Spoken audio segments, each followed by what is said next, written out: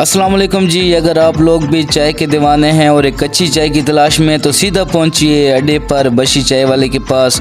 इनकी चाय काफ़ी फेमस है और काफ़ी टेस्टी है, तो हमने भी सोचा आज हम भी टेस्ट करते हैं और एक छोटा सा व्लॉग बनाते हैं। सबसे पहले इनकी दुकान का नाम खुदा बख्श टी स्टार। ये 35 सालों से चाय पका रहे हैं और इनके अब्बू का नाम खुदा बख्श था, जिसकी वजह से वो बशी बशी मशहूर होगी और मियाँ वाली के लोग उसको काफ़ी पसंद करने लगे। इनके वालिद साहब खुदा बख्श तकरीबन 35 से 37 साल पहले मियाँ वाली आए थे और चाय लगाने लगे। अल्लाह ताला उनको गरीक रहमत करे, उनको जन्नतुल फिरदौस में आला मकाम अता करे।